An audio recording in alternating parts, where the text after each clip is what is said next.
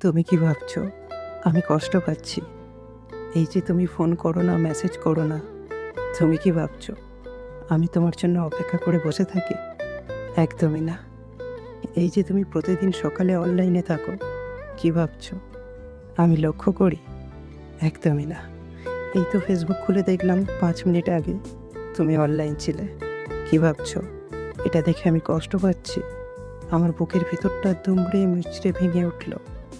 একদমই না। এতে বরং ভালোই হলো। আমি নিশ্চিত হলাম তুমি আমাকে ভুলে গেছো। আমিও আর কোনো আশা রাখবো না তুমি আর ফিরে আসবে বলে। না, আমাদের বিচ্ছেদ হয়নি, যোগাযোগ বন্ধ হয়েছে মাত্র। তুমি আমাকে কোথাও থেকে ব্লক করোনি, তুমি আমার থেকে মুক্তি চেয়েছিলে মাত্র, যেটা আমাকে কখনো বলতেই পারোনি। হঠাৎ তুমি আমার সঙ্গে কথা বলা বন্ধ করে দিলে। আমি ভাবলাম যে যাবার সে তো চলেই যাবে, তাই বেঁধে রাখার বৃথা চেষ্টা করিনি। যেদিন আমায় মনে পড়বে সেদিন তুমি বুঝবে তুমি কতটা পরিমাণ কষ্ট দিয়েছিলে আমায়। সেদিন যদি ফিরে আসতে চাও, আমি কিন্তু আর ফিরবো না।